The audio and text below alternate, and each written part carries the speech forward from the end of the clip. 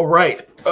So this is a different type of live stream that I'll be going over some information here. To anybody that might be getting here a little bit late, yes, this is an actual live stream. It's just the fact I'm just not showing my face at this moment because, I want you guys to focus in on the information and what I will be reading directly off of the pages. So I'm just going to state ahead of time, I think I might have to actually bring this down just a little bit, about right there, right? So I'm just going to make sure that for anybody that may be a hater in the background and may try to report the video, or for those out there dealing with YouTube, that this is a video dealing with information given by the government. So at no point in time can you basically try to state that, this is a hate-filled video or anything like that dealing with individuals, so to say, right? So one of the main articles that recently came out to your right says that files show FBI suspected the JDL of extorting Tupac. And I'm pretty sure you guys know who the JDL is. Oh, just in case, yet again, I have to reiterate myself again. For those out there that might be YouTube moderators and for YouTube in general, and for those that like to normally report videos, I'm taking the information both from the government, right, that you see to the left, and also to the right side, the articles from the Jerusalem Post. So just in case anybody wants to try to say that Seji is anti-Semitic, you better be going for the government first. Let me tell you something. So we're just going to go through a couple of pages here. Let me minimize that. I got to get myself a little bit situated. I got too many screens, in front of me. So give me a quick second there. Make sure that's rolling so y'all can see it. Okay. So to the left side of your screen, that should, in a sense, hold on. Let me turn down my heat real quick. Hold on. Give me a second. A little bit too hot in here. A little bit too hot. All right. Had to cut down the temperature there. It's a little bit cold outside. My apologies. So to the left side of the screen, hopefully you're able to see it large enough. It is the Freedom of Information and Privacy Act. The subject is Tupac Shakur, right? So we can clearly go through, you got page 2 here. Pretty much everything is a duplicate of everything else, right? So let me see. I think I had page 1 listed. Maybe that wasn't page 1. I think I might have mislisted the page. So let me see here. I might have to go through with you guys real quick. Let me just give me a quick second here, right? Files, background information. So then let me see. Deceased, inquiries expended. Okay. So we got page 8 right here, right? Which it says page 2 unclassed. I think that's probably why I mistyped the page, right? So it says angels should attempt to determine whether the exonerate activity being conducted by redacted and others is to provide financial backing for the organization or is only for personal financial gain. If Los Angeles desires further extensions of this PI, request for such extension should be submitted to the Domestic Terrorism Operations Unit, right? So then as we keep going, we will happen upon page 11, right? Which is roughly the same thing. So then we will move up to page 14. Let me just scroll down here, right? So this is the main part that the article is talking about, right? And it says page 2 directly on it. Los Angeles requests an extension to the PI due to recent information concerning an individual victim named redacted. The allegation implicates redacted operating on behalf of the Jewish Defense League, or the JDL, while extorting redacted. LAFO requests PI extensions to determine whether the exonerated activities of subjects are furtherance of the social and or political goals of the JDL. So remember, all of this is coming directly from the files that were released by way of the FBI. And one would have to ask, why is it that you would, in a sense, have the JDL deciding, that they would want to specifically go after, rappers, right? So one of the main things that they stated was so that they can both get money two different ways, right? Because what was stated is that the or individual representing the JDL or working with the JDL would, in a sense, try to perform these death threats on said artist, right?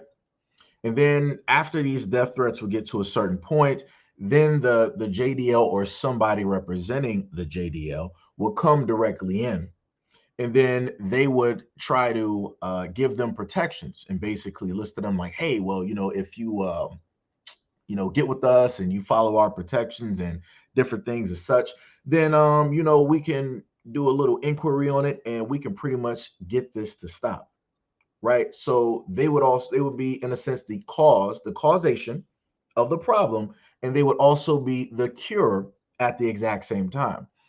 And they were stating, the FBI, that the entities or the redacted name, right, would go after both Eazy at one point in time before he died, and they also went directly after Tupac. Now, who's to say that this isn't something that isn't still taking place at this moment in time with a lot of rap artists, right? Because if you're old enough to remember, somewhere in the 2000s, there was it like a dossier or something? I think it was like a dossier. It was a large file. I wish I had that video or that documentary. Uh, but a guy that was interviewing a lot of the rap artists that were at the height of their careers, that were massively popular at that time, he brought out this book that the police slash, I guess you could say, the government basically had on every single hip hop artist.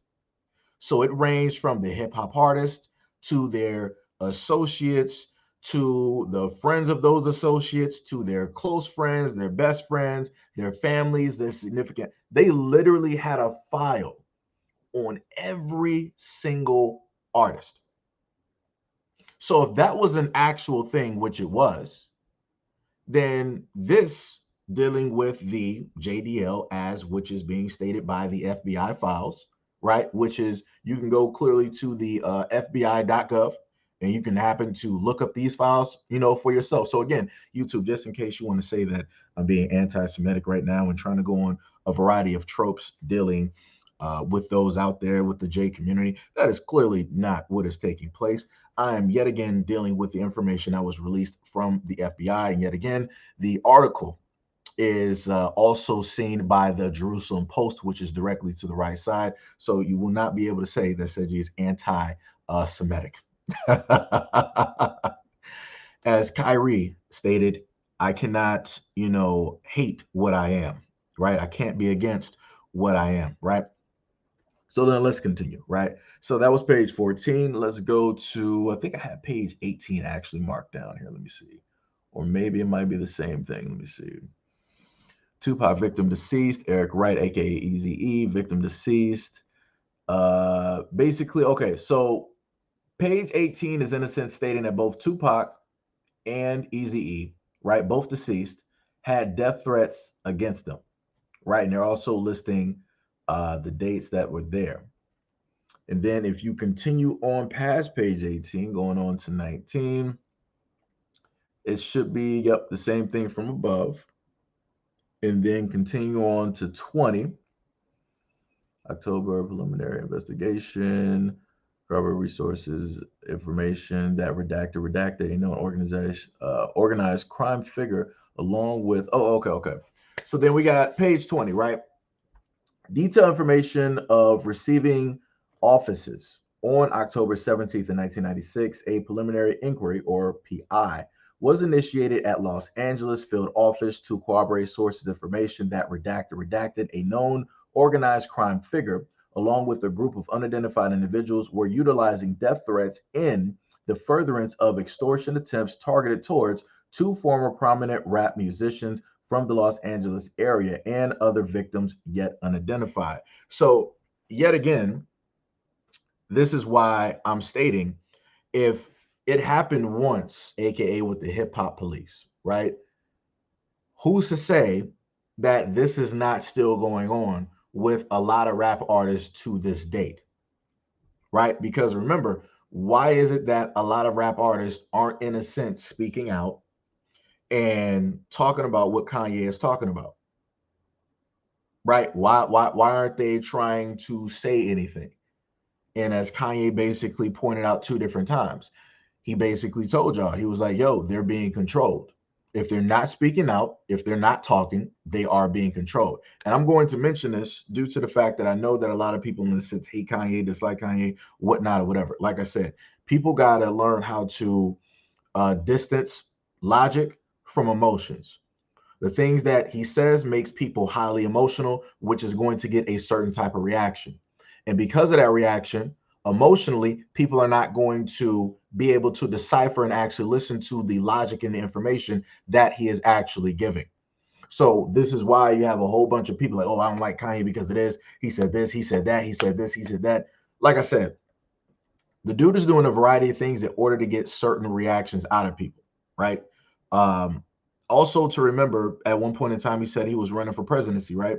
So, in order to get the votes and different things that he needs to, in a sense, talk to in a certain way a certain group of people that will more than likely actually give him the votes and the support that he actually needs. So, that's clear cut what he's doing at this moment in time, right? So, like I said, people just need to pay attention to specifically what is taking place. Anyways, let's continue, right? So that was page 20. So then we go to 21. So the next one says JDL, right? JDL and others yet identified have been extorting money from various rap music stars via death threats. The scheme involved redacted and other subjects making a telephonic death threats to the rap stars. Subjects then interceded by contacting the victim and offering protection for a fee. Sources report that Eric Wright, also known as Eazy-E, who owns Ruthless Records, Woodland Hills, California, was a victim of this extortion scheme prior to dying from AIDS. Redacted had also reportedly targeted Tupac Shakur prior to his recent murder in Las Vegas, Nevada. So, like I said before, people need to clear cut pay attention to what is being placed directly out here and how it is that you have certain people being so boisterous and wanting to talk about, oh, people are using these tropes and all of these other types of things and trying to say that they control this and don't control that and don't control this, but control this. But the FBI literally came out and stated that the JDL, right, is a part of the scheme to take money away from two rap artists that we at least have listed at this moment in time. And then we have other rap artists who have yet to be named and identified. So, hey, I'm just saying. I kept telling y'all in a lot of these videos, pay attention to the writing that is directly on the wall. Everything is being put to the light. Everything is being shown directly to people. So how it is that people cannot pay attention and look at very simple things that are being written in plain English is directly, it's beyond me at this moment in time, right? Let me see.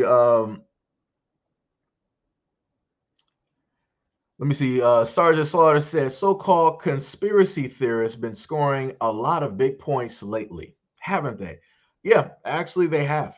Actually they have. I have for years, I think since about high school, I've been called a conspiracy theorist because um, you think outside of the box. You want to know more. You're not fine with, just the details that the government gave you, right?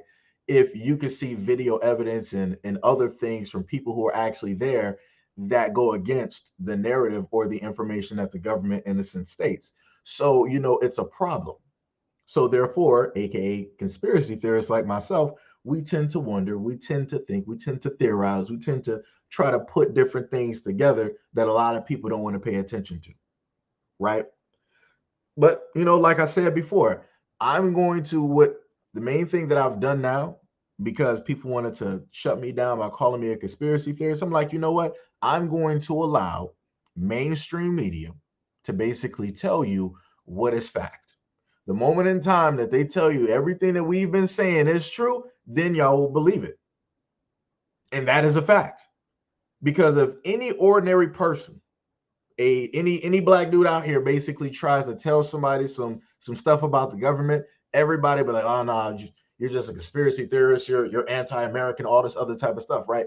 But the moment in time that it comes out on mainstream media, or the moment in time that maybe, just maybe, the government will actually give out some information that they've redacted, then people are like, oh my God, did you know that, this is happening? I can't believe the government, actually did this. Like, this is ridiculous. Like, how did we not know and understand? It's because you didn't want to pay attention to the people that were telling you this before the government decided that they wanted to give you this information.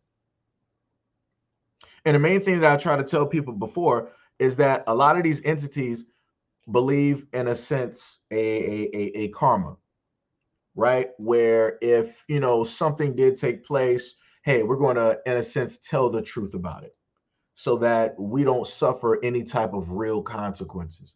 Or if we are going to do something, we're going to, in a sense, tell you in a way to let you know. So if you do accept it, then it's on you. So that, we're not going to really, deal with anything. The scales are pretty much even, right? And that's, in a sense, what the government likes to do in a variety of ways. They do it by entertainment, they do it by movies, in some instances by the artists that they plant or place directly there for the people, in order to, like and love them, and all of these, other types of things. So, and also to put this to another extent, right? Just in case people are a little bit thrown back, right? Um, Dealing with conspiracies. If you happen to go back far enough, let's say back to the Black Panthers, Martin Luther King, Malcolm X, all of those great things, right? You will read documents and different things where the government was actively trying to find information out. They were phone tapping, right? They were, trying to intercept letters, and do a lot of things to Martin Luther King, Malcolm X, anybody that was a prominent and a dominant black figure during those times.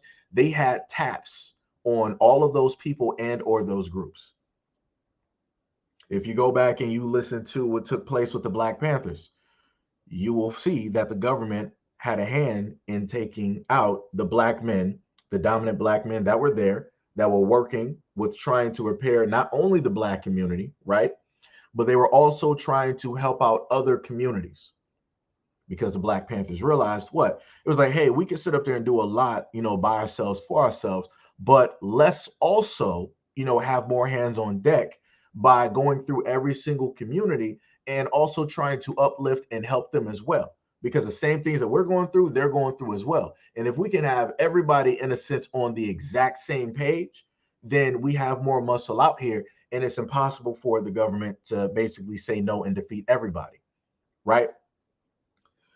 And you saw what the government did. They were like, oh, Black Panther Party is getting a little bit too strong. They got the Southern whites. They have some other Caucasians in there too. They got Asian Americans. They got Mexicans in there. They got other blacks in there too.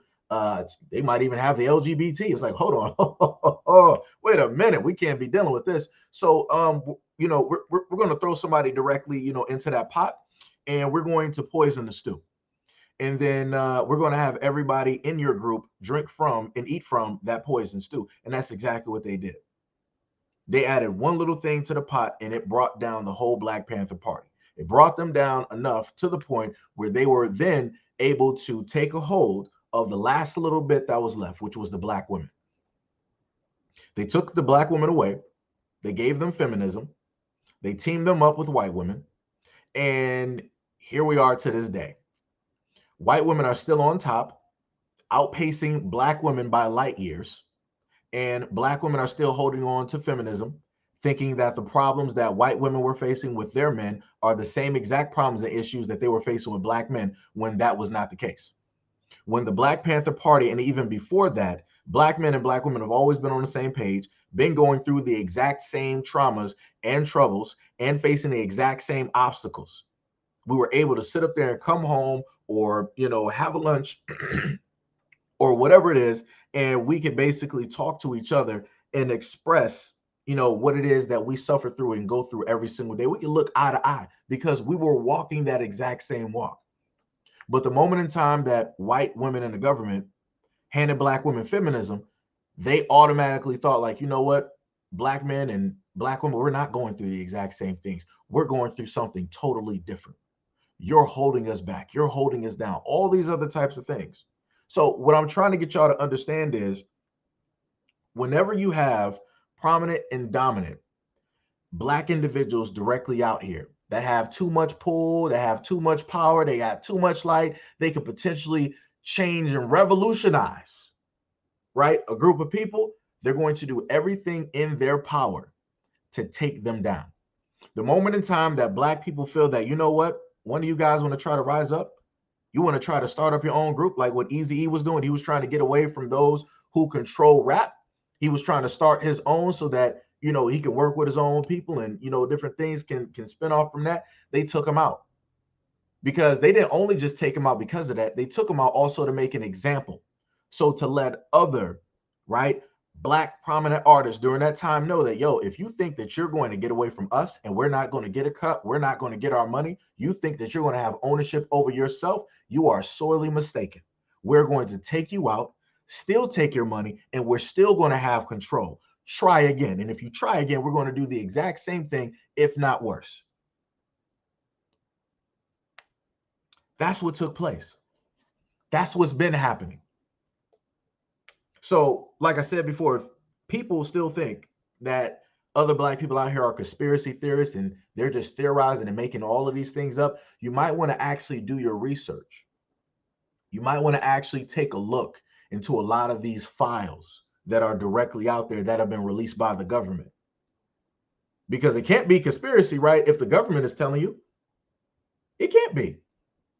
If they're literally telling you what it is that they are doing and they're giving you the information, just redact it a little bit so you don't know everything, it ain't conspiracy. It's just the fact that you refuse to believe that people are out for specific people. And that's a lot of people out here. You have too many people out here that really believe that the United States government is really for the best interest of the people. How? Every ethnicity out here does not represent the whole body of the United States government. The whole body of the United States government reflectively is Caucasian, is European descendants. So why in life would the government want to benefit those who don't reflect it? It doesn't make any sense. That's like when, case in point, when Diddy came out for Mother's Day and he wanted to give a shout out to all the black mothers. And you had a white woman come out and she was like, oh, why do you have to say only the black mothers? Why not give a shout out to all mothers? Ma'am, regardless on you being a mother or not, the fact of the matter is his mother is black. The women in his family who have kids, they're black. The other women that he know of that is in his circle and been around, they're black. So he's going to give a shout out and he's going to show love to what he is from, what is a part of him, what gave birth to him. Why would he sit up there and give a shout out to every ethnicity of mothers out there? He don't know those ethnicities. He don't know those women. He don't know that culture. Like I said before, you're going to do stuff that's going to benefit your own people, correct? That's what Diddy did for black women during that point in time. The government is clearly doing that with its own people, right? The reflective majority. And they're going to do everything that's going to directly benefit them and empower them and to make sure to keep them empowered, right? No matter what, 2030 or 2035, in a sense, has in store for the Caucasian majority, soon enough a minority. So, like I said, it is what it is, right?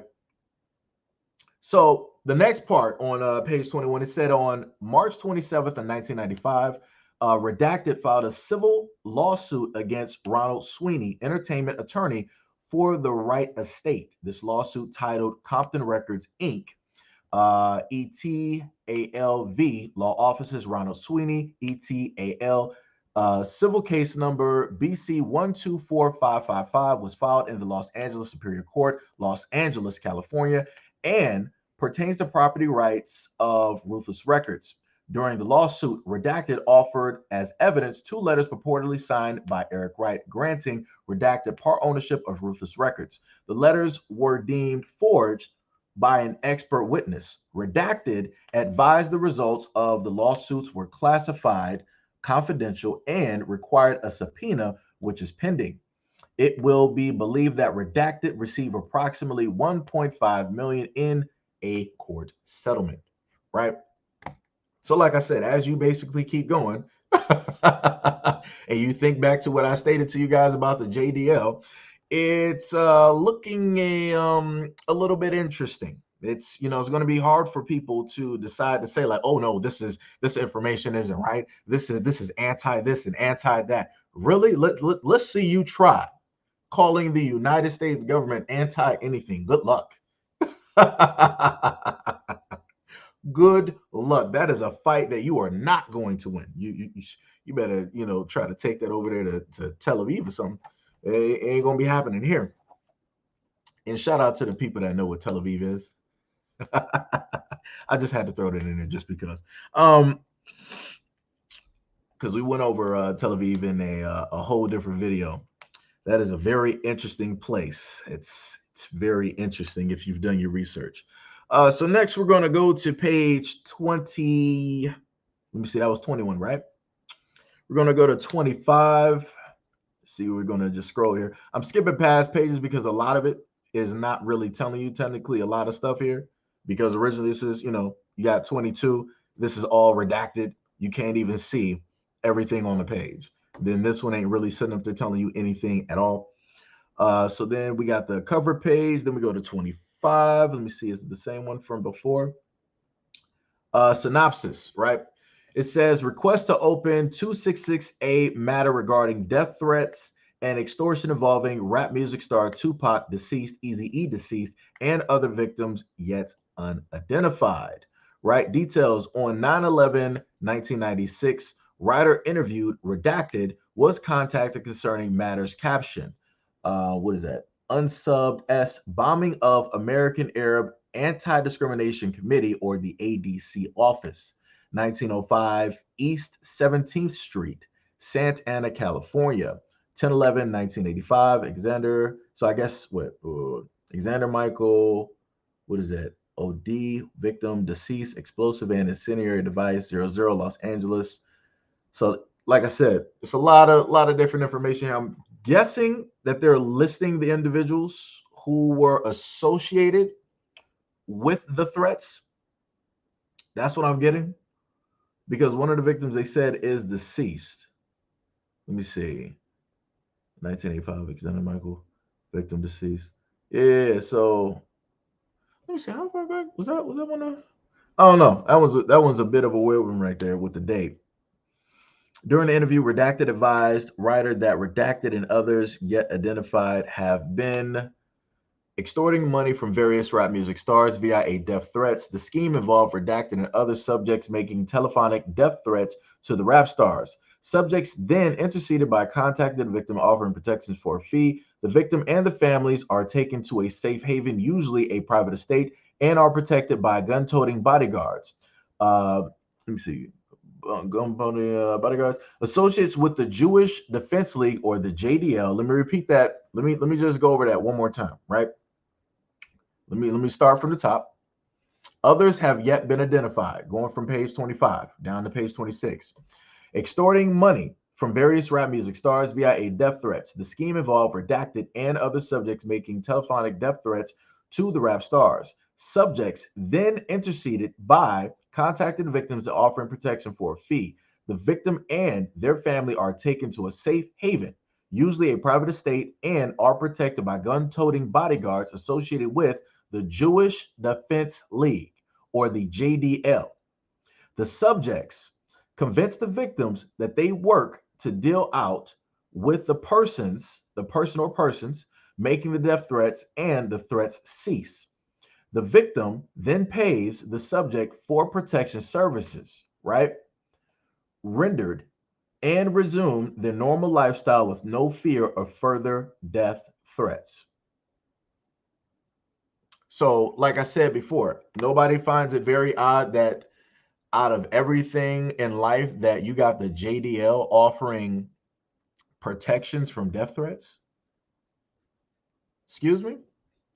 what's happening here? Now, out of everything, I would technically, maybe let's say like the Nation of Islam, right? Maybe, they will be, rolling up. It's like, yo, we heard you had some problems.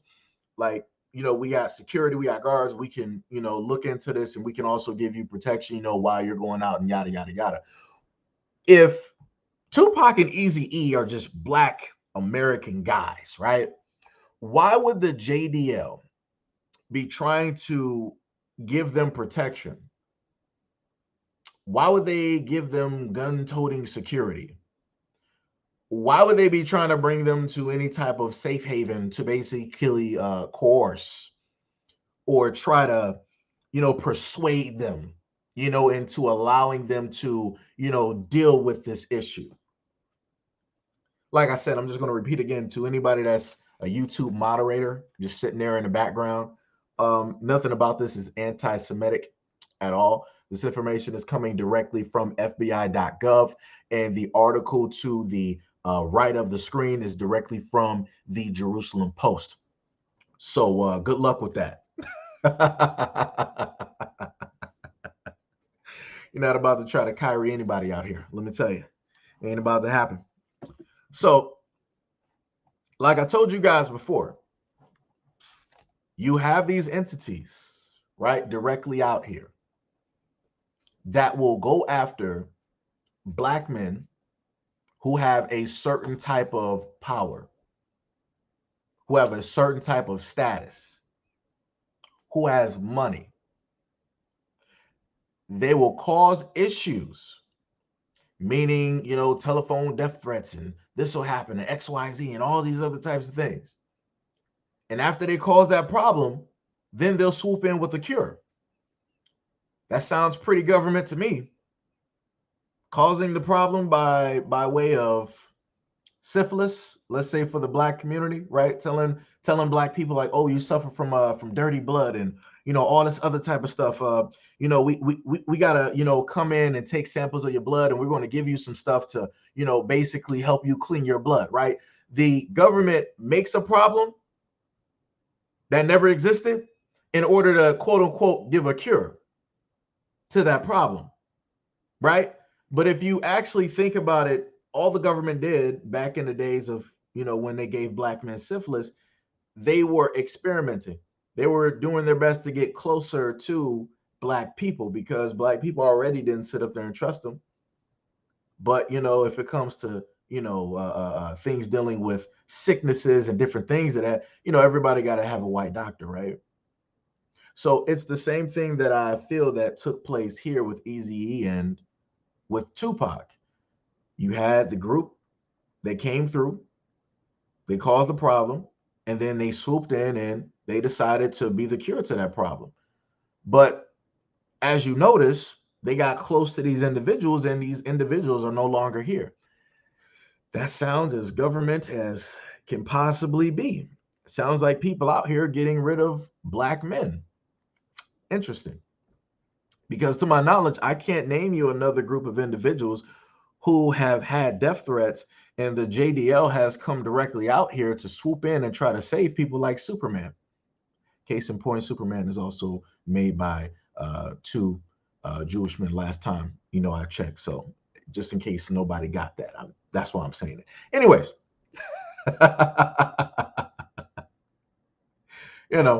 let's continue, right? Redacted identified as Eazy-E deceased, who reportedly was targeted by subjects for extortion prior to dying from complications associated with AIDS. Eazy-E resided in Van Nuys? I'm sorry if I mispronounced that, but reside in California, redacted, right?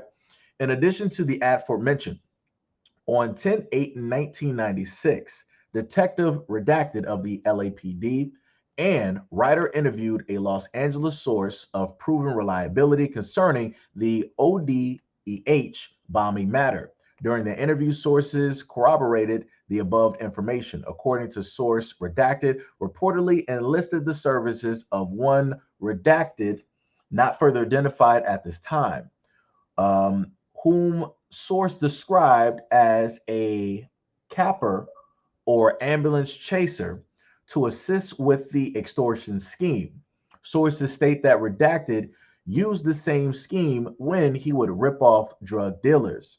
Sources stated that monetary amounts being extorted is in the $50,000 range. Ryder is familiar with captured subjects as their names have surfaced in the ODEH investigation and also a case captioned Jewish Defense League. Mm.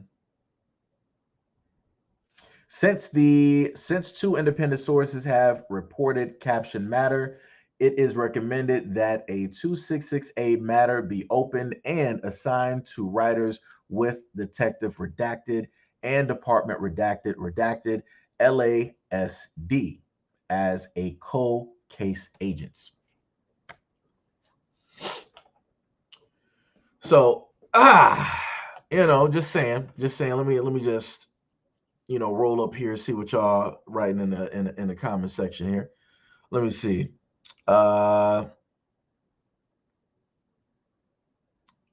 We got Miss Michelle 314 said people wasn't listening then, just like now. At some point, wake up. That's facts. Michelle said, bet not be MLK that they love so much they killed him. Yeah, and it's crazy. But yo, the funniest thing is this is the thing, right? I'm not sure if I brought this up during the video that I dealt with Balenciaga, right? Let me see if I can actually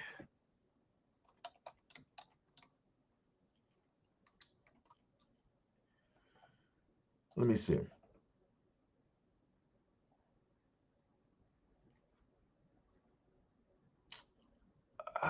Dun, dun, dun, dun, dun. Trying to see if I can actually find it because I had it. Does it give you? No. It's not. When you want to sit up there and actually look it up, it doesn't tell you. Hold on. Because I know some of y'all are, like I said, a lot of y'all out there are way smarter than me. Look up, or if you happen to have a book,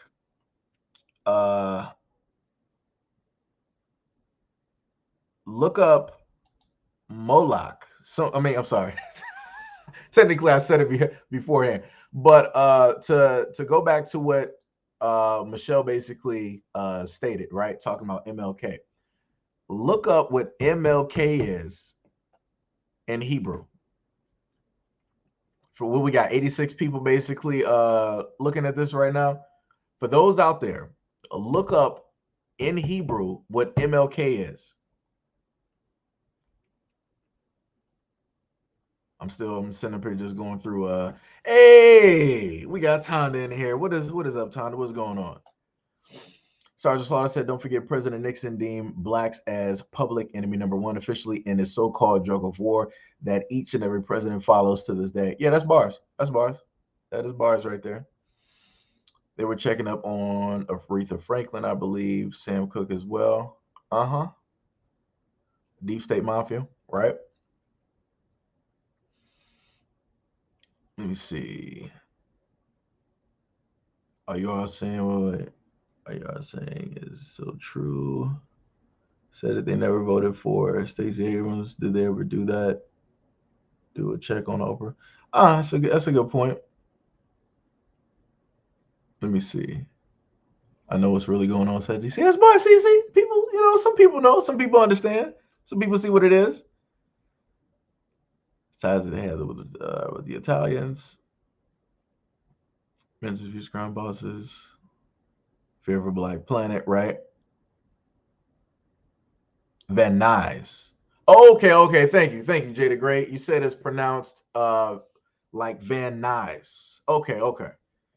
Like I said, hey, I'm reading, directly straightforward. I'm not, using anything to try to like. Let me make sure I pronounce this right. This is, directly a live stream. So if mess ups happen, mess ups happen. It's going to be, imperfect. It is what it is. But much appreciation. Um, Jamie said, I just got here. Who is the JDL? The JDL is the Jewish Defense League. Jewish Defense League. So again, anybody here, if you look up the term, because I'm not sure if it might be delayed or whatnot. So when you look up the abbreviation for MLK directly in Hebrew, you will get something a little bit different. Now, this is not me. Like I said, this is not a conspiracy theory. I'm just going by how it is that the media decides to say certain things. Remember when I told you guys about karma, right? And how they'll tell you stuff without telling you stuff. So if you decide to accept it, it is what it is, right? So, of course, just so happen to have somebody by the name of Martin Luther King Jr., right? Which we all know, civil rights activists and all of those great things, right? But whenever they happen to talk about Martin Luther King Jr., they always shorten it, right? And as a kid, I was like, okay, well, maybe saying, Martin Luther King Jr., maybe it's a little bit too much, on the tongue. You're trying to, get your story out and say a variety of things. You don't want to mess up. So out of all the years in my planet, out of all the years that I've been on this planet, I never actually thought to try to like look up MLK, right? When you happen to look it up, it basically is, it states Moloch or Moloch, right? A heathen god whom, people would sacrifice children to, right? So think about how it is every single time that the media happens to bring up Martin Luther King's name, how they always abbreviate it. Just think about that. And always think about the fact that you have a lot of satanic churches and different things of that nature. A lot of stuff is taking place, a lot of stuff is happening, right? So on top of just thinking about that, think about all the stories that you've heard about missing kids. About, in certain places around the United States, you got kids around the same age, basically coming up missing. I did a story some years back talking about all of the kids, basically every single year, the number of how many kids basically come up missing, right? And the main thing I tell people is like, yo, nobody finds this odd that a lot of these kids, in a sense, come up missing. And then you sit up there and think about the fact that the media likes to abbreviate Martin Luther King as MLK, basically, in a sense, telling you certain things. And then when you look up what MLK is in Hebrew, it's Moloch, which is a god that people would sacrifice children to. So I'm just saying, I'm just saying, maybe I'm crazy. Maybe I'm just a little bit crazy. Just maybe. Like I said before, people are free to do the research, and the same things I looked up, anybody else can clearly look up these things as well and try to verify or come to your own destination on what specifically it is that I'm saying. Melik, which also means king. This is true. This is true. But the reason why I brought that up, right, is due to the fact of it had to deal with the Balenciaga story, right? And it had to do with the fact that Balenciaga was sitting up here having children directly in a lot of their advertisements. A lot of those advertisements are highly questionable.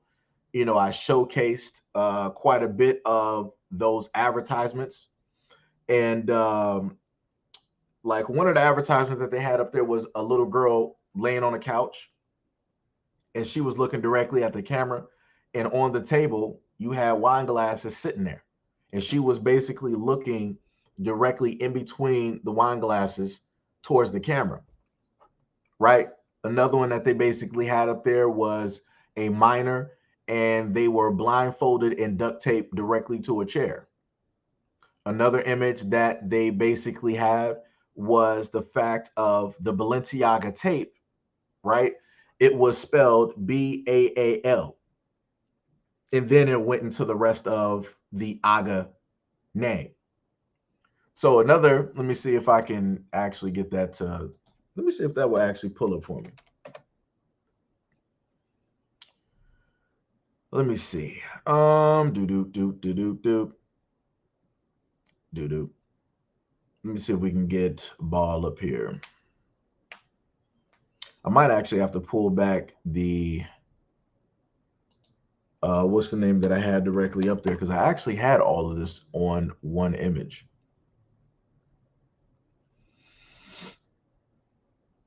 But if you look up ball, you'll see, you know, what it is, right? Some people might know who or what ball directly is. You're free to, look that up as well.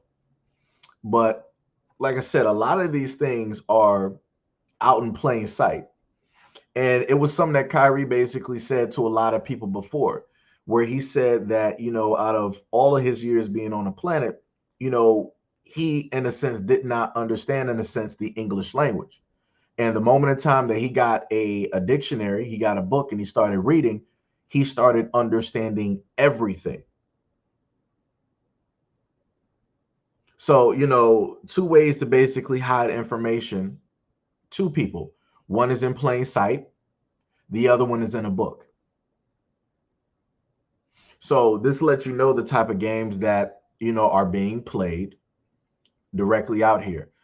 Charles Rosen said the chat seems broken on mobile. I don't exactly know what to tell you on that end, sir. Let me see what I can do here. Let me just see something. Let me see what I can do from my end here. Well, I can't do anything from my end, but I'm just going to see what I can see.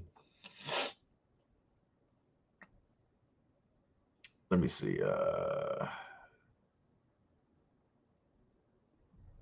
I mean, on my end, like when I went to the page, like it seems pretty fine. I tried it on MS22 and Pixel. I think they're messing with your channel. What, I'm lost. What do you mean? Michelle said it's fine. Let me see. Lula C said Baal is the Duke of Hell with 66 legions of demons under his command. The term Baal is used in various ways in the Old Testament with the usual meaning of master or owner. Yep. So, like I said, when I happen to actually sit down and actually do some stuff versus the normal stories, trust me, I can sit up there and do it. It's nothing to sit up there and in a sense to do. Like I said, and it's pretty fun to actually do it, because then I can, technically verify all of the things that I've, in a sense felt before, right? Let me see. I think the last page I had was 71 after 26. So let me just write that down. 71. Press enter. So let me just, before I get into other stuff, let me just further keep going, right? So the next form basically said redacted in, I think that's, I've got to look real close. It says FOIMS unknown if identical. Further checks regarding the above individuals will be necessary to fully identify them. Investigators are currently compiling the court transcripts and related documents mentioned in the above court case for review and analysis for lead potential investigators. Are awaiting the results of several records checks to include redacted.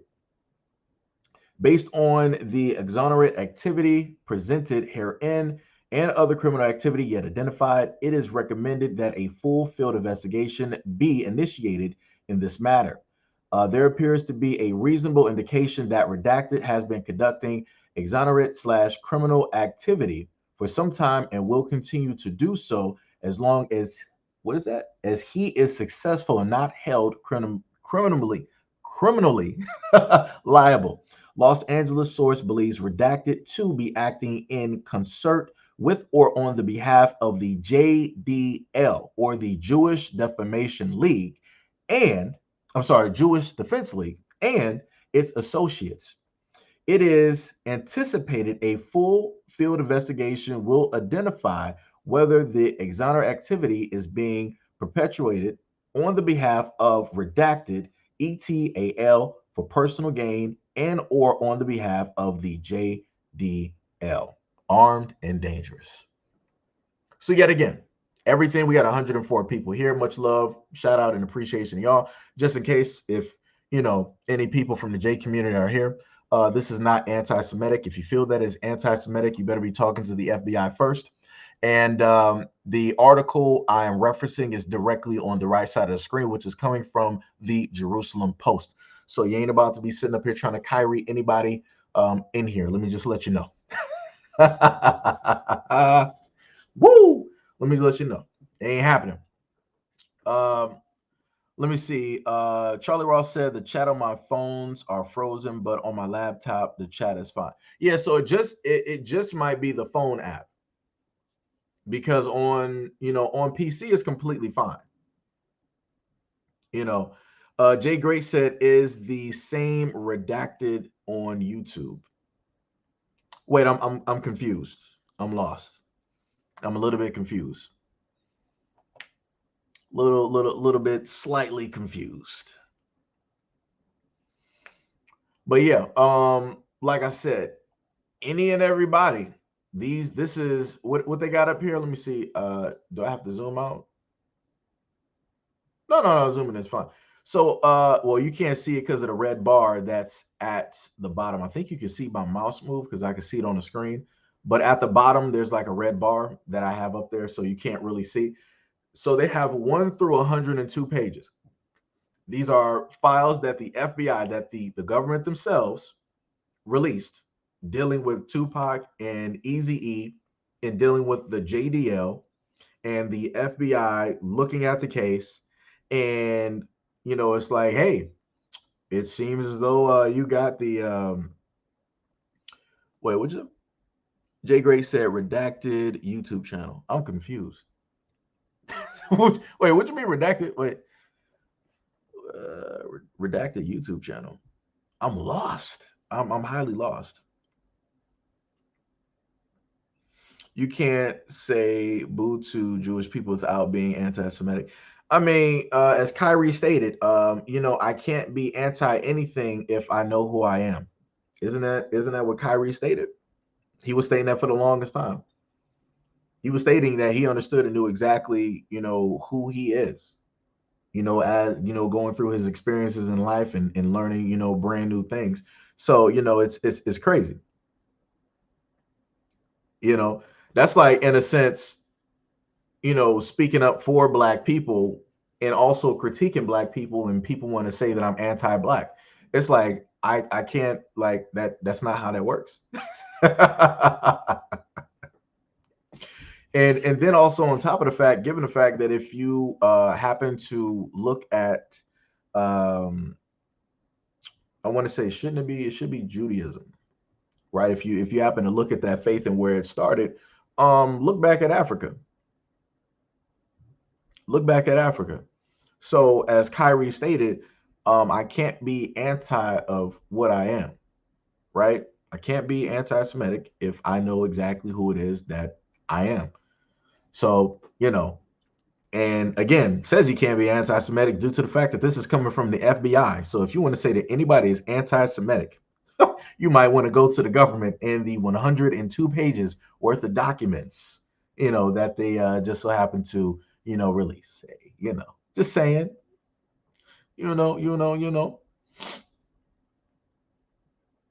Oh, Jada Gray said that's the name of a YouTube channel about political issues. No, I ain't never heard of them.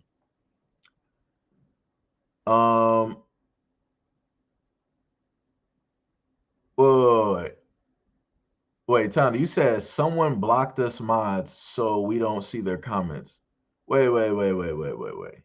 Who blocked you?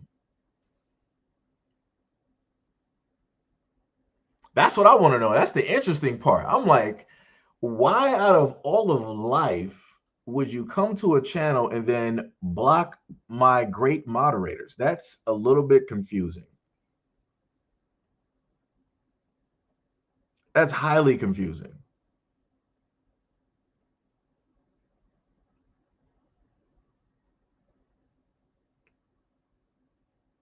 Like I said, I'm not exactly like I said. It's a lot of suspicious activity that takes place. A lot of suspicious, activity.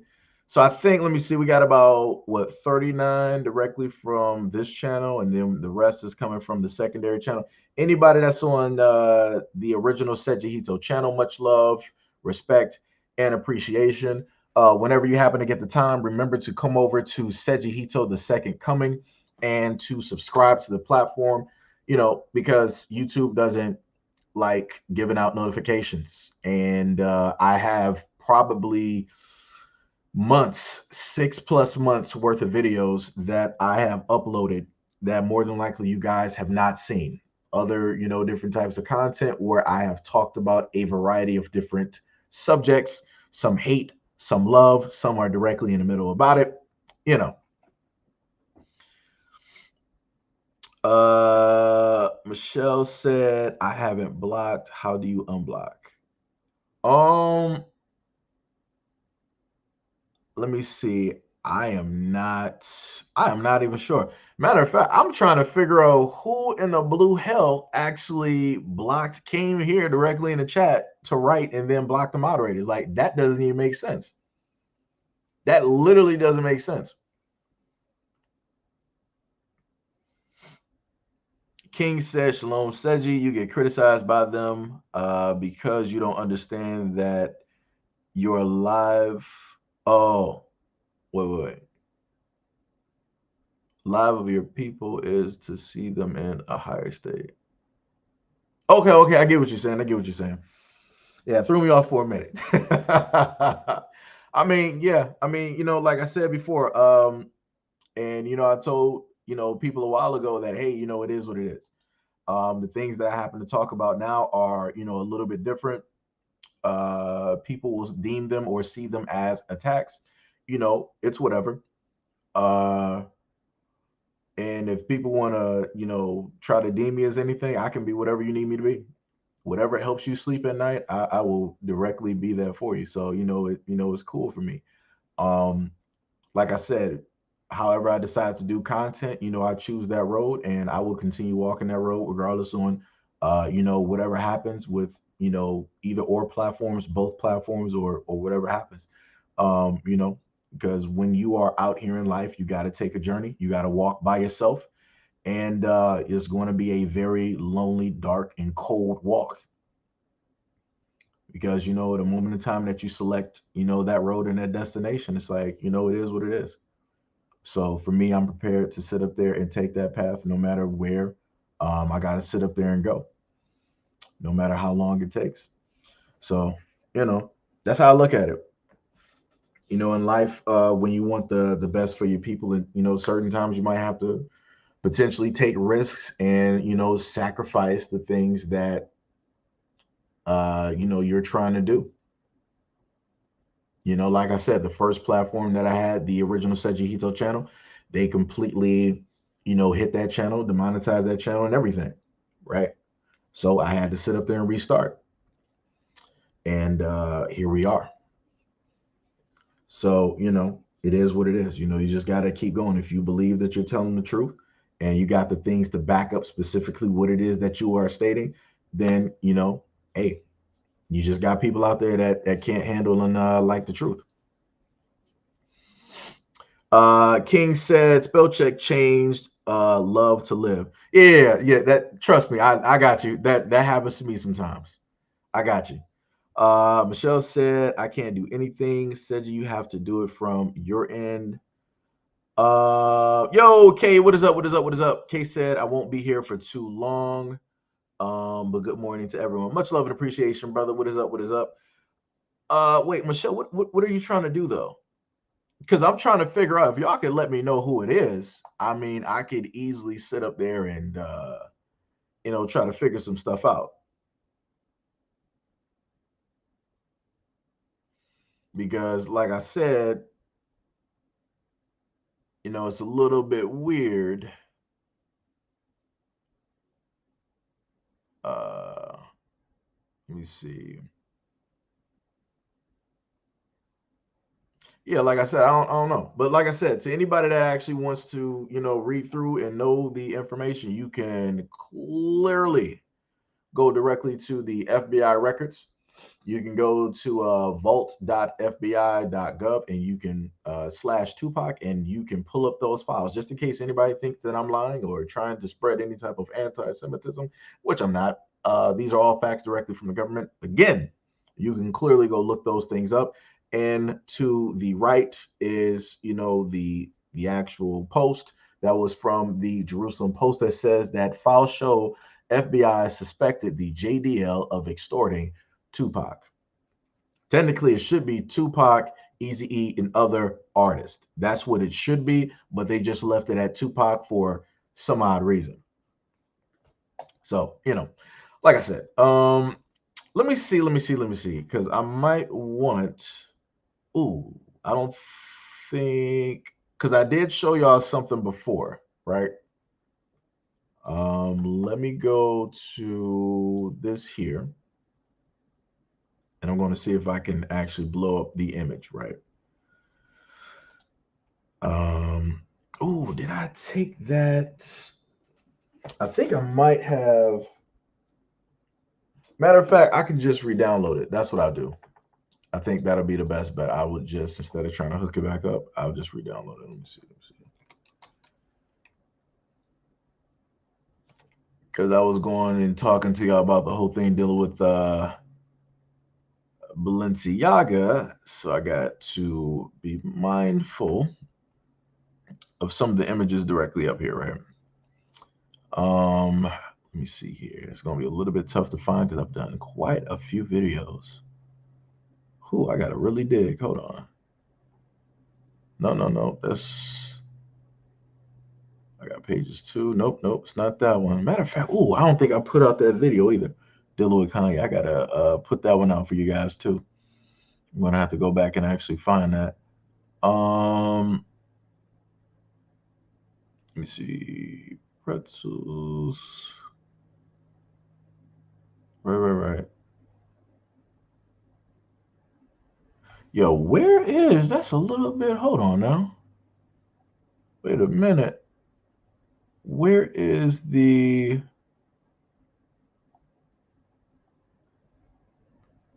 video that I did on or not the video, where's the images I had on Balenciaga?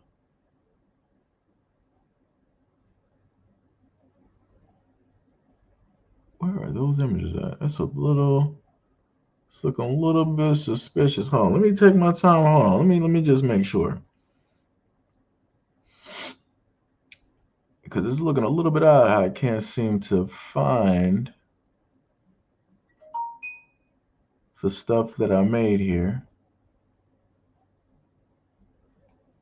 Ah, there we go. Okay, that's why. Let me see. Because I named it something completely different. So as I stated to you guys before, I think I might just try to, because I keep saying I might try to put it on Patreon or whatever. I think I can probably do it now since Patreon has, they're allowing different stuff up there now, so I might be able to actually do it without very little problems. Let me see one of the ones right here. Let me just download that real quick. Give me a second. So, all right, so slightly moving away from the thing dealing with Tupac, right? Well, I'm just gonna put this whatever. we're just gonna put that directly up there. So this is one of the images that I had directly up there, right? Dealing with Balenciaga, right? As you can clearly see, I'm not sure if it is showing up. No, that's not. So it might not show up because it's not a capture, I guess. So as you can see in the upper left-hand corner, as I told y'all before, Ball, Baal, and then they continue on with the Balenciaga. That is not the way that is supposed to be, spelled at all. And then you can basically see the information I was able to look up and find dealing with, I guess you could say, that religion or that belief, right? Baalism, where children were sacrificed, and a variety of other things basically, took place during those times. So, like I said, they will put stuff directly in front of you, letting you know exactly, what it is. Like I said, they'll put things in plain sight so that it's like if you see it and if you still buy directly from them, then it's on you. Like you are, if you are basically what they're saying is, if we're telling you that this is what we do, what we believe in, and you still purchase our items, you still, want to give us money and you want to still come to our stores, then you are okay with what it is that we are doing. So therefore, there is no wrongdoing because we're telling you out in the open what it is that we believe in, right? And Balenciaga, of course, came out and apologized, and all of these, other things. They're saying that, oh, we're going to, go after the individual who decided to, do this, right? So let me get page 5 for you guys. I'm just gonna go back and do this, again, because like I said, everything. Whenever I happen to do videos, I do these videos. For the kids, everything is about trying to inform adults and protecting the children directly out there. So let me see. So let me put up the other image here, right? Image. Let me go to browse.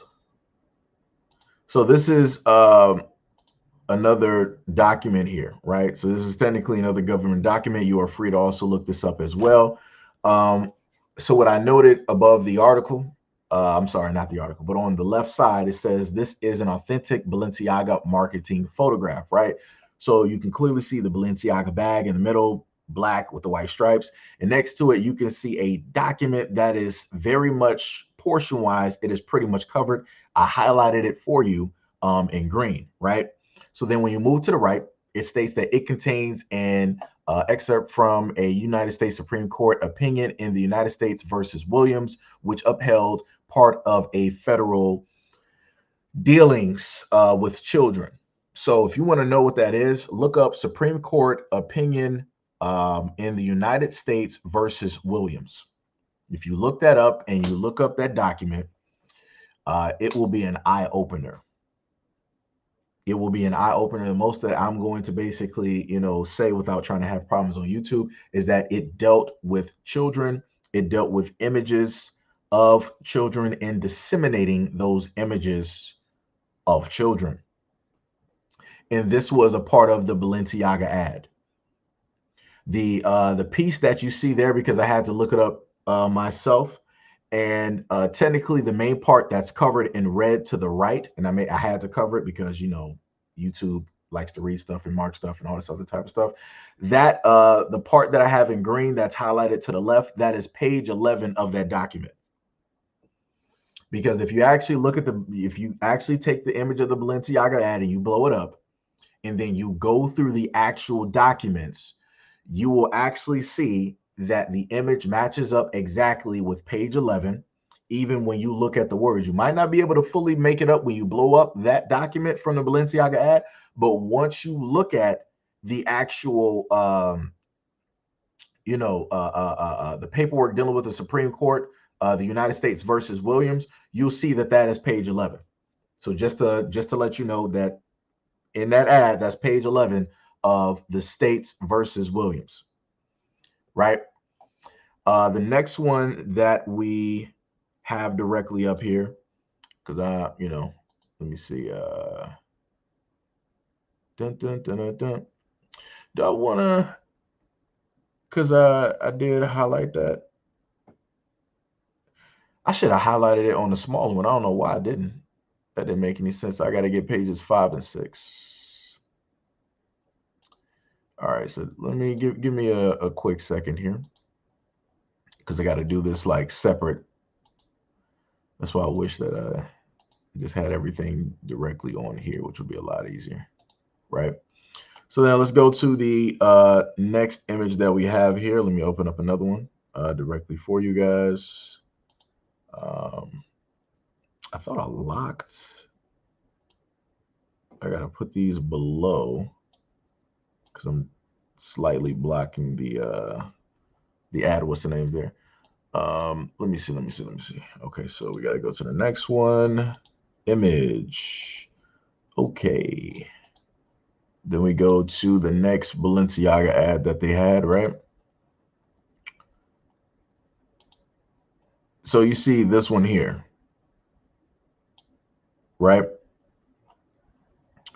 This is one of the ones that I went over with you guys before, and it is of, oh, I got 7 first. I should have did 6, but it doesn't matter. It's the same thing, so it's cool. So what you basically see, look up that name. It was I think a video that I did before where I told you guys whenever you get a chance, look up Michael Borsman, right? So let me show you the original ad, right? Let me just do that real quick because I did a little bit, jumped ahead of the curve, right? So let me just show you the full Balenciaga ad so you can understand, right? So this is the original Balenciaga ad, right? You got the woman with the red hair just in the desk. I guess that's supposed to be her office. She got the bag, sitting directly right there, and her feet on top, and everything is looking disheveled, right?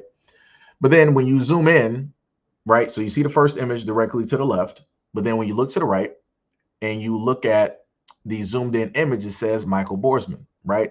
So then let's go directly to see who Michael Borsman is, right?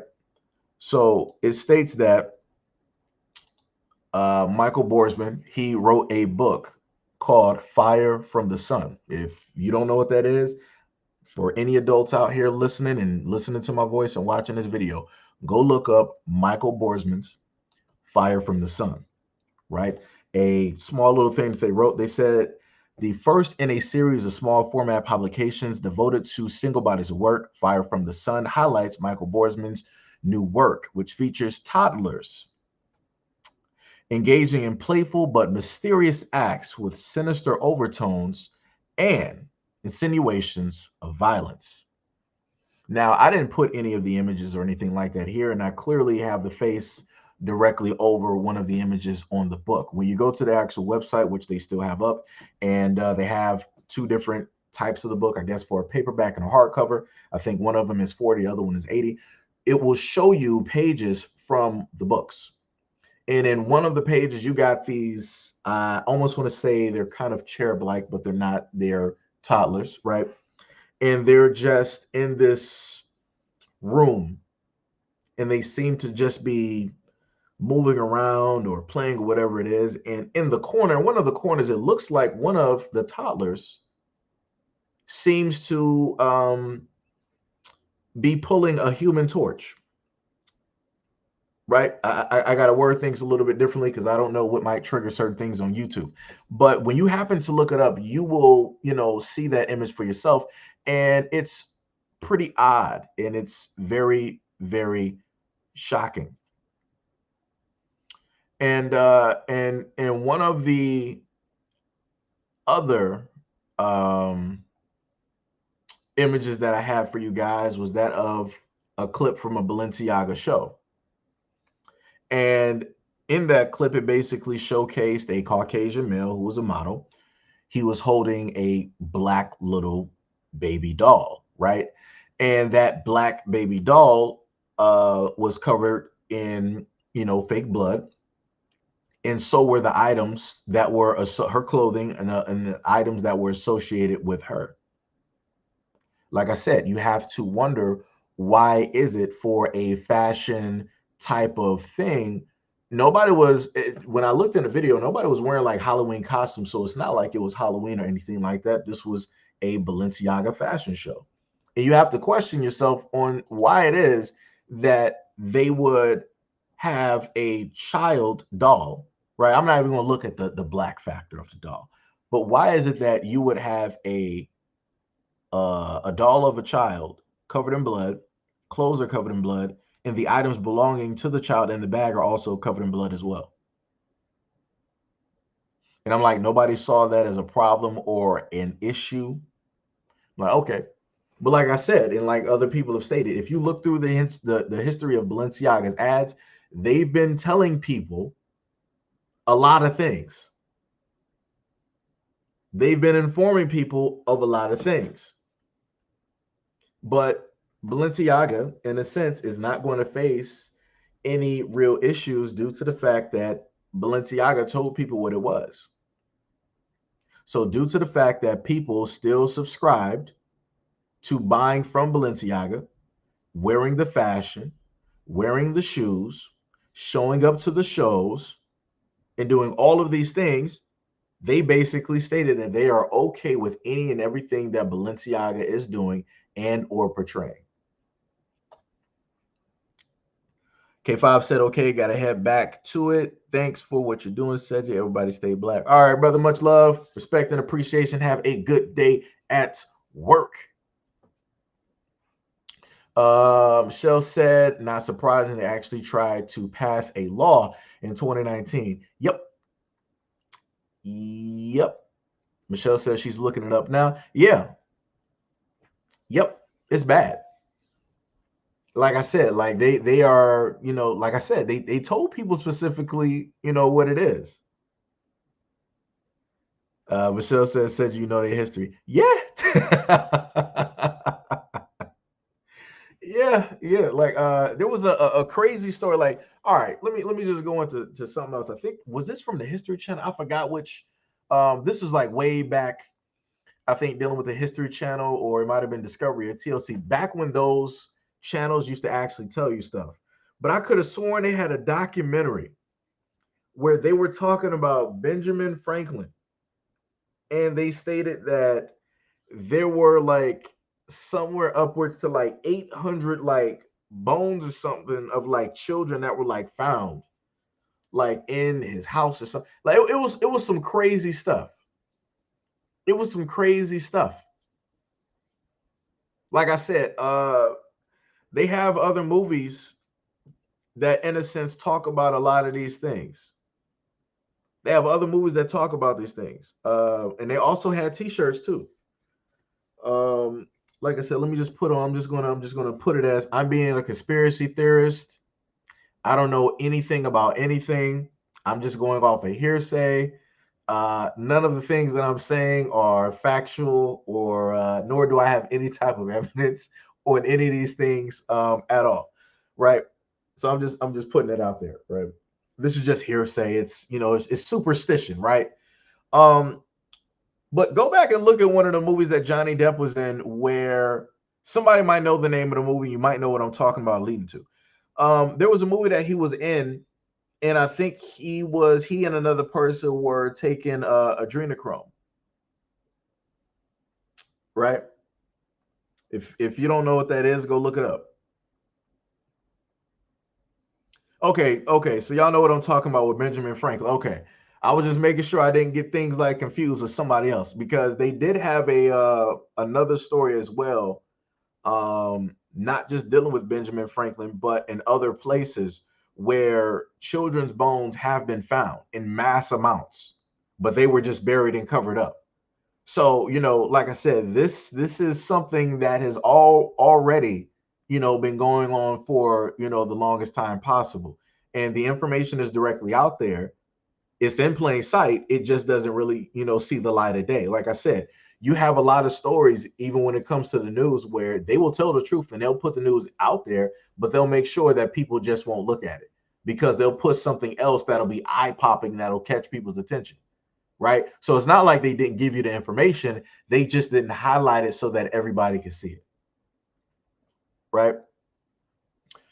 Ghostwalker said Fear and Loathing. Cat Williams went in on the forefathers and also Immortal Technique. Yeah, I got the video of Immortal Technique. I got a few clips of Immortal Technique and some of the things that he was saying on when it dealt with societies and different things like that. Because I used to tell people before, I'm like, yo, a lot of this stuff, like when it deals with like societies, again, I'm not saying that these things exist. I'm just a conspiracy theorist. None of the things that I'm saying are of reality or factual by any means. You know, I'm just saying, you know, just a crazy black dude, right? But I made sure to get I got the clip of JFK when he gave one of his speeches, and he was directly telling people that there are secret societies, and during his time as president, that they were not about that life. That as long as he was sitting in office, that we are not going to be with, be in bed with. We're not going to be shaking hands with those who are in the shadows, those who have secret handshakes, those who are trying to do a variety of things. Like I said, that was a sitting president that was telling people that secret societies exist. But still to this day, people are like, oh no, there's no such thing as these secret societies. What proof do you have? What this, what that? You have a president that was sitting at the time that told you. What more proof do you need? What more proof do you need? It wasn't like the dude was drugged. It wasn't like he was off something when he was doing the speech. He specifically told you what it was. And he said that he ain't about that life. Like I said, there's a multitude of reasons why JFK was taken out. And there's a multitude of reasons why the United States government did it. I'm sorry, I'm sounding like a conspiracy theorist. My bad. I can't blame the United States government because I don't have no proof. Who did they say did it? They said it was Oswald, right? My bad. It was that random dude. He did it. My bad, government. Y'all ain't do nothing. Y'all was just there watching it. Y'all knew it was gonna happen, but y'all was just there watching it. My bad.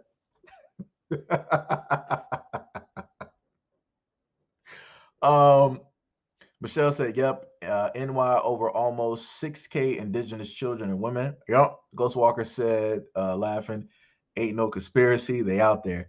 I mean that that's what the X-Files tried to tell people. The truth is out there, but people ain't pay attention. The X-Files is literally telling you some stuff like, yo, the truth is out there.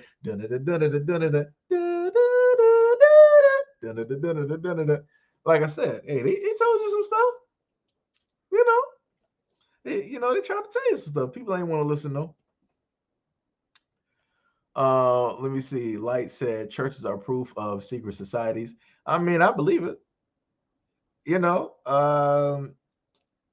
Because I had somebody, at one point in time, I think I did a video or something, or whatever it was. I did something about churches and I said some stuff, and I had somebody roll up in the comment section. They were sitting up there telling me that, I was wrong about what I'm saying about the churches. You can't say that all churches aren't helping the community and all these other types of things. Churches do a lot of things that aren't reported. Well, like I said, to anybody out there that's a Christian, that's a full-fledged Bible-thumping Christian, and you are for the church, Christianity, and all that great stuff, like I said, that's your faith, no problem, that's cool. My whole main thing is, if you are of the community, and the community is literally supporting you by giving over their rent money, by giving their children's college fund or whatever it is that they got, you need to be showing me that you're actually doing stuff for the Black community. If you're not, then I just believe that you're doing stuff for yourself. Case in point, who was the dude that I covered twice? White boy. What's his name? Osteen, right?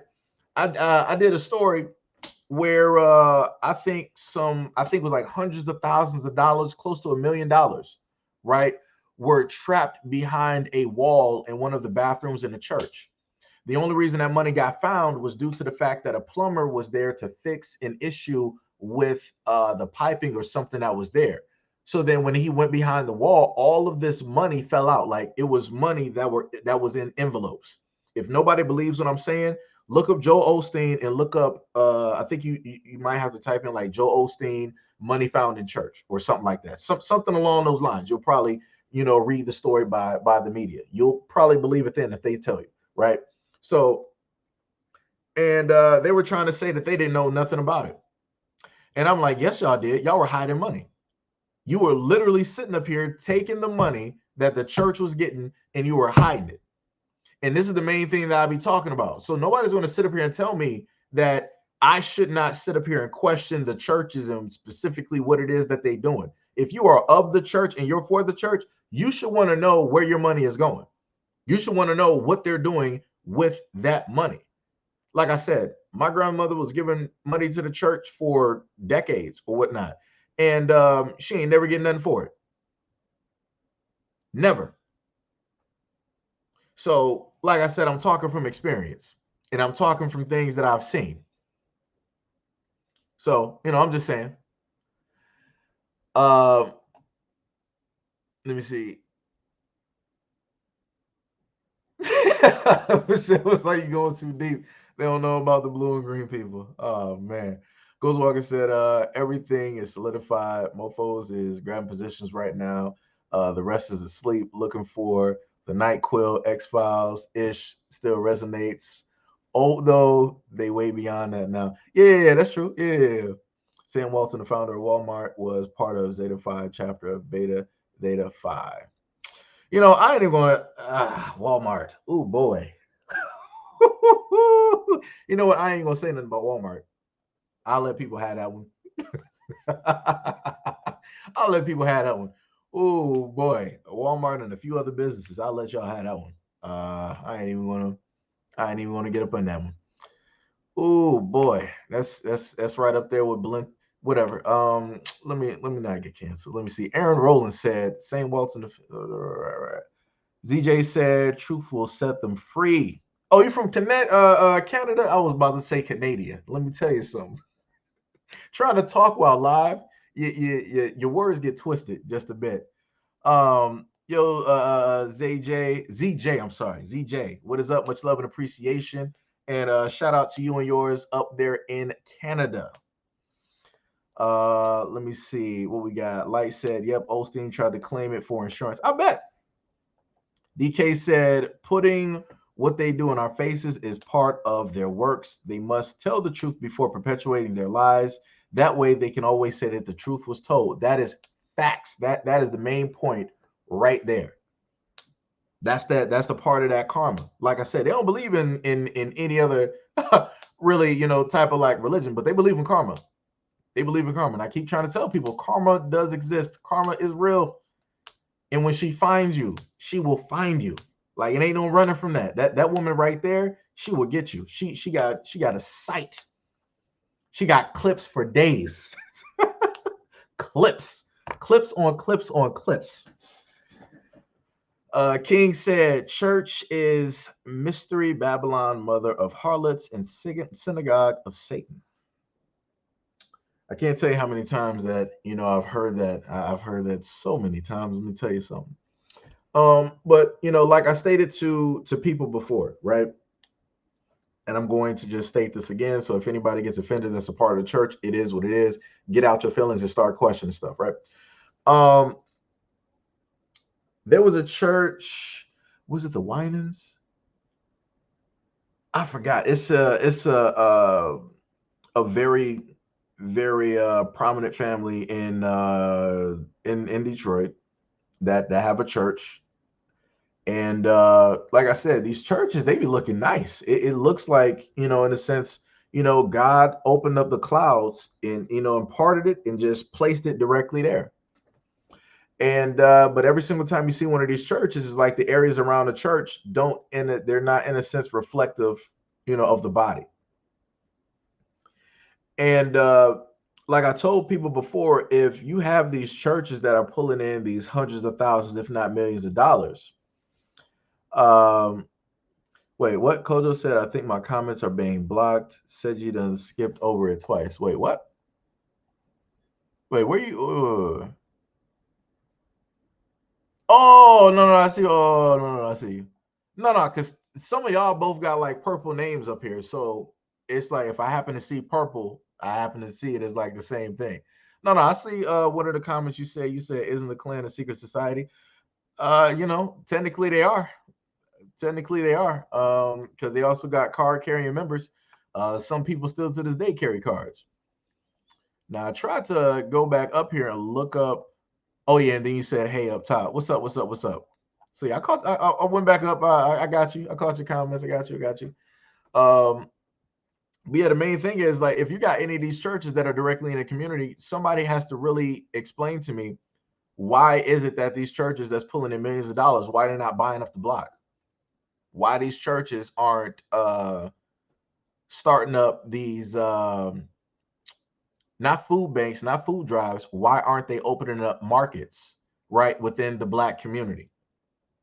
Right? Because they're church owned, and in a sense, black owned because the church is owned by black people, which means that black people be working in these churches and being employed as well, which means that from those from that market that they would start, that you could do a food drive, that you could, give food to the homeless and a variety of other things. Like I said, there's a variety of things that can basically take place with these churches, but I don't actively see these churches doing this in the black community. I'm just saying. I don't see them buying up the block, buying up houses, buying dilapidated buildings, transforming them into something else. Like I'm not seeing a lot of these things because that's a lot of black dollars being given to the church along with government money. And I don't really see the churches enacting anything that's supposed to help black people.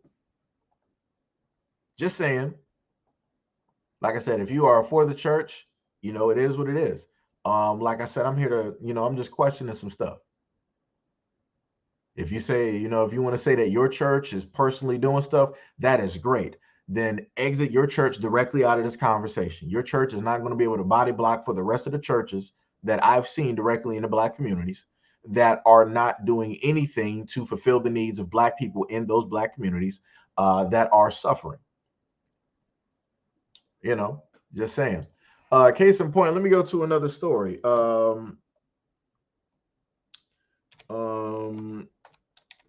Let me see. Church.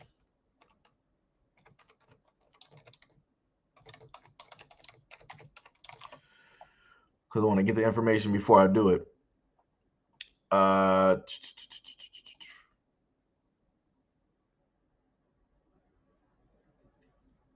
So this is the other story that I recently ran across, right?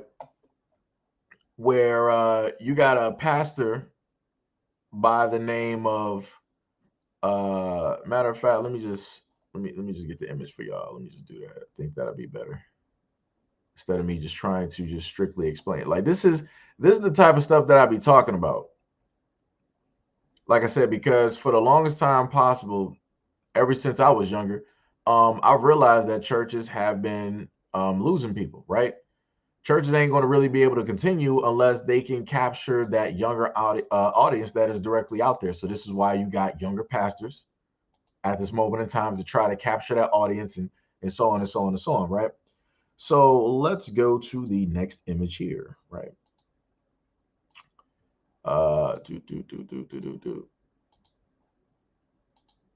So let me do, whoops, I mean to do that. Let me do that. Let me do that. And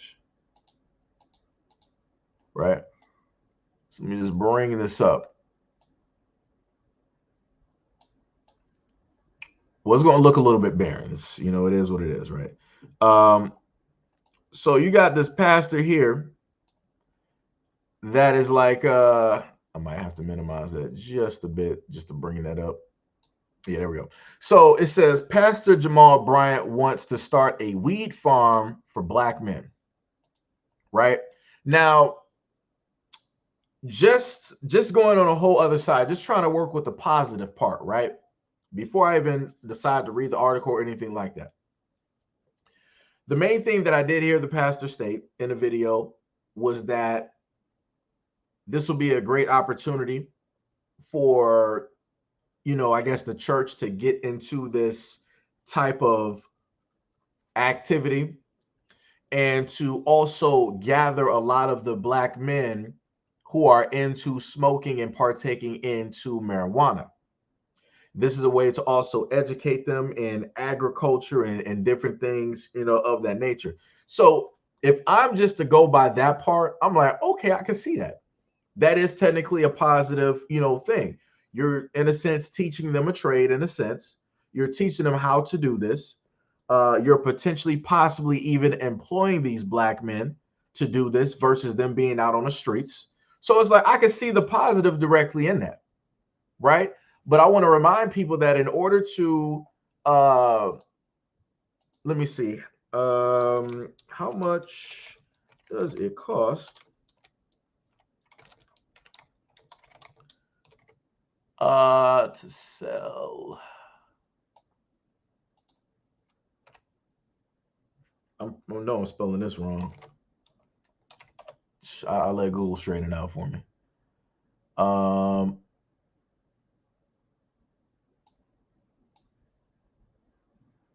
Let me see. I'm going to try to get this directly to y'all real quick. How much? Wouldn't it be? Let me see.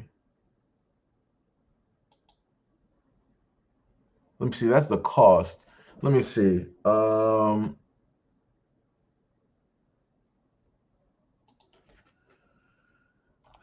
Open a.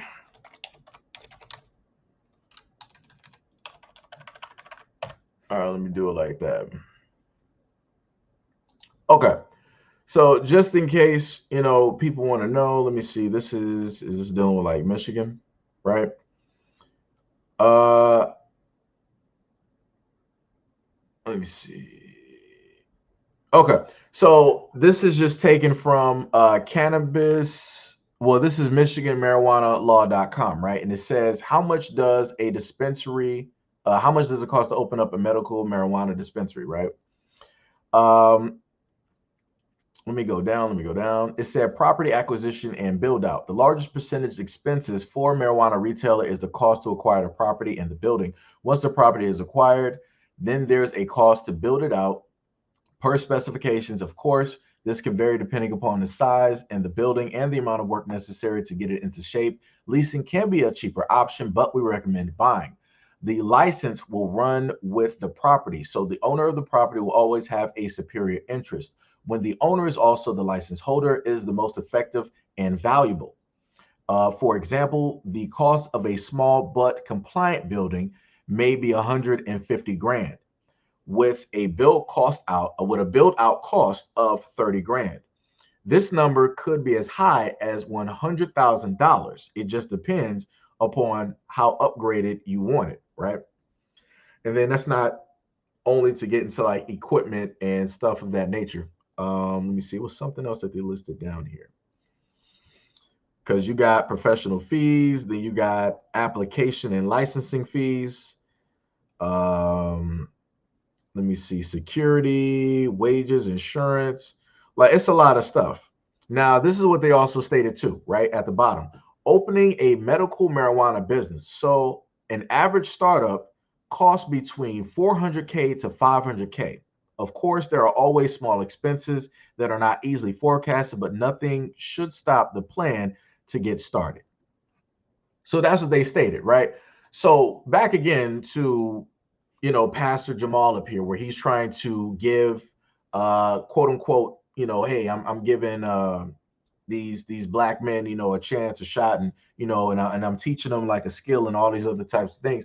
The problem is, right, once you give these black men the skill in order to do it, are you going to empower and enable these black men to open up their own medical marijuana dispensary? We already heard how much the price is, right? And that was just taken from what they stated. That was taken from the Michigan Marijuana Lawyer.com.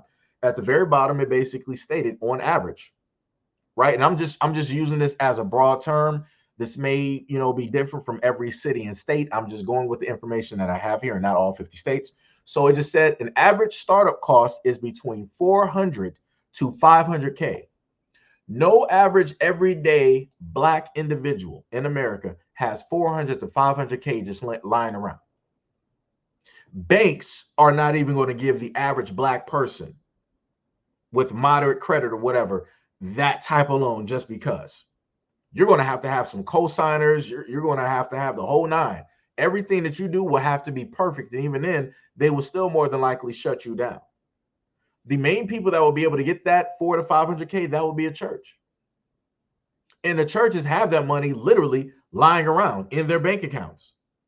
So again, are these churches that are supposed to be teaching these black men these skills and giving them these opportunities, right?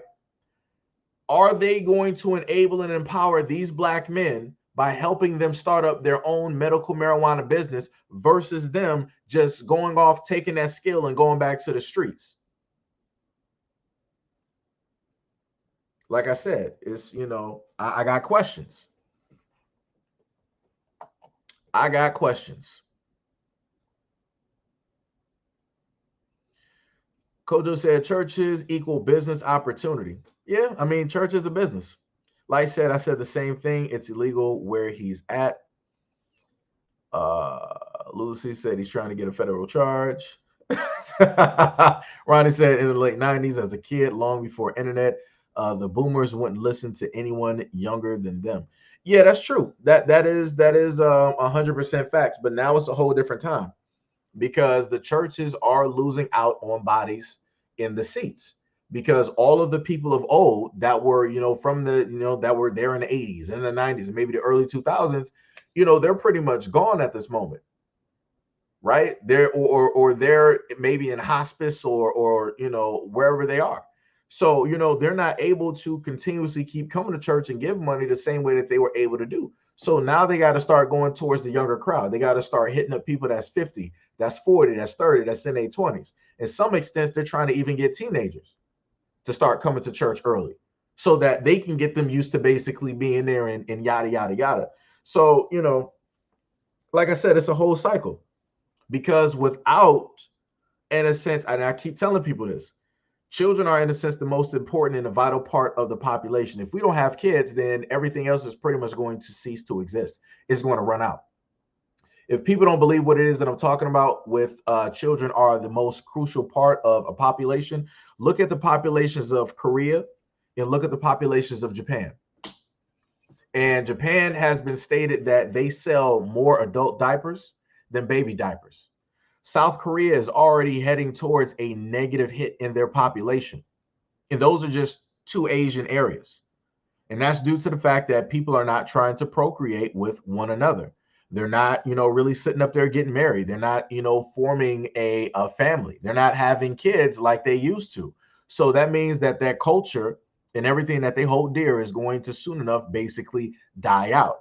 So this is when, if you go look at a lot of some short documentaries and some articles, certain Asian countries are enlisting the help of Europeans. They're literally paying men from other countries to come over and have kids and potentially or get married to their women in order to keep their birth rate or their culture flourishing. Right? So you already see how desperate they are. They're willing to sacrifice that quote unquote wholeness of the culture in order to, in a sense, dilute that bloodline just to sit up there and keep it alive. They're like, well, we might not be able to get a 50-50 from our people, but if we can get 50 here and then maybe something from somewhere else that's European, then we'll take it. And that's specifically what they're doing in those countries. So, in like I said, I had somebody recently on one of the videos that I did that I brought to you guys earlier, where it stated, let me go back. I think I can.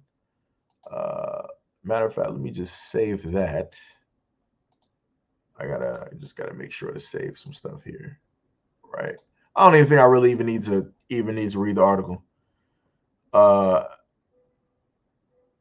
Oh, wow. He was married to somebody who was on The Real Housewives. Oh, my God.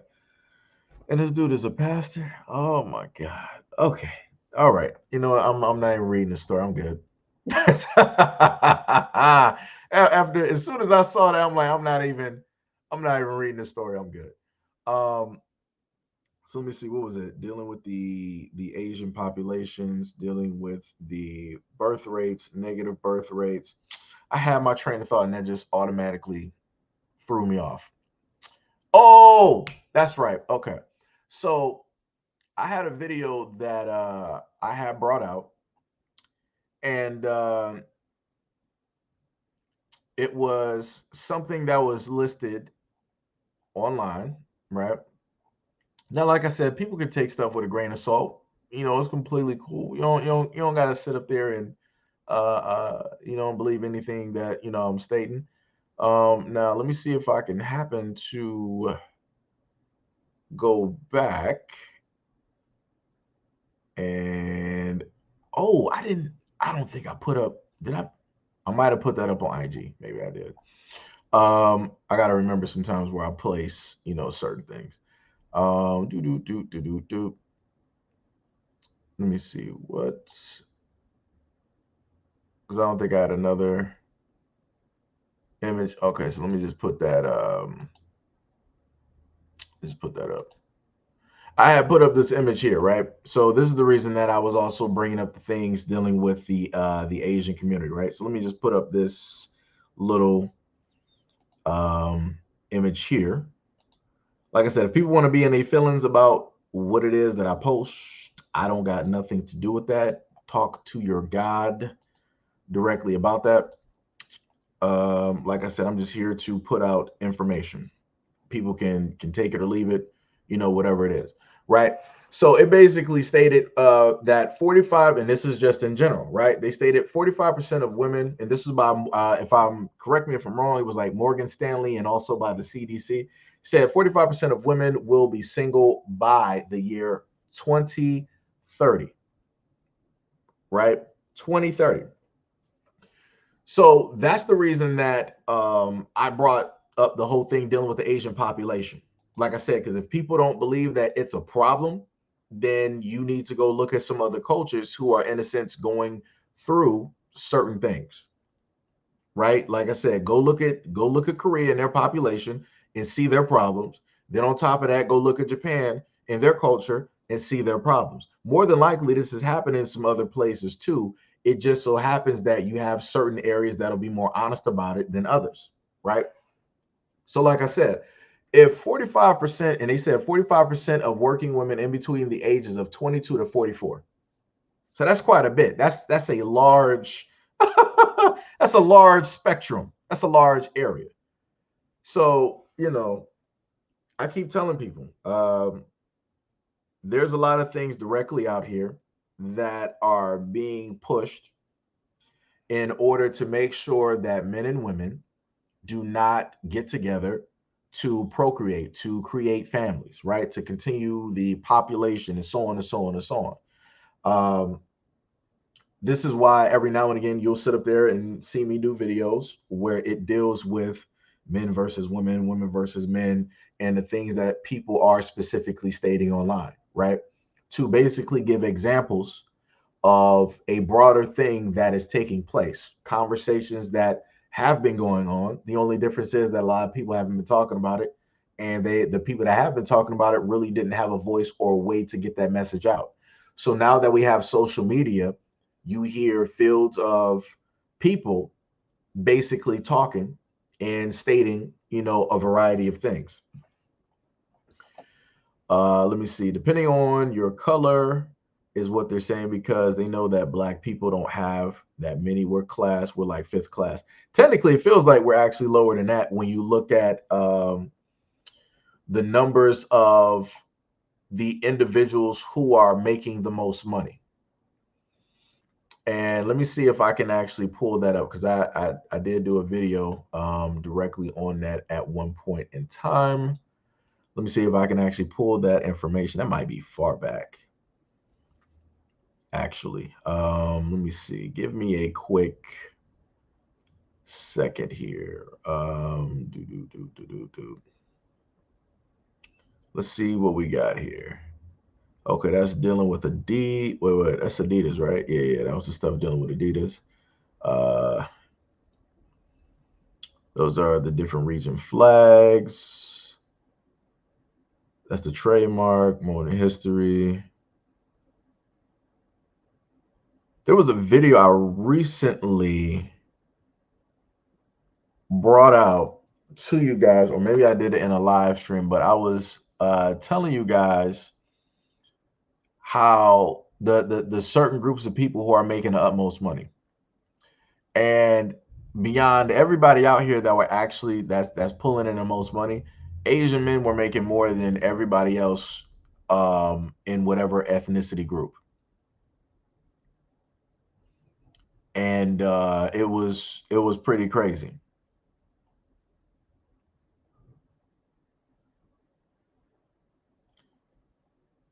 Let me see.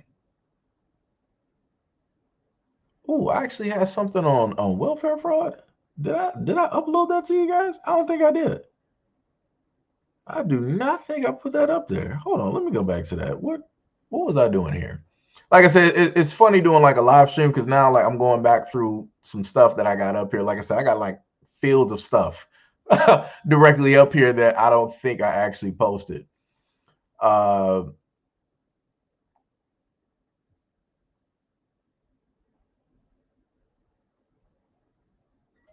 Yeah, I'm not sure if I don't think I actually put this. Okay, so let me just like go to a different thing real quick, right?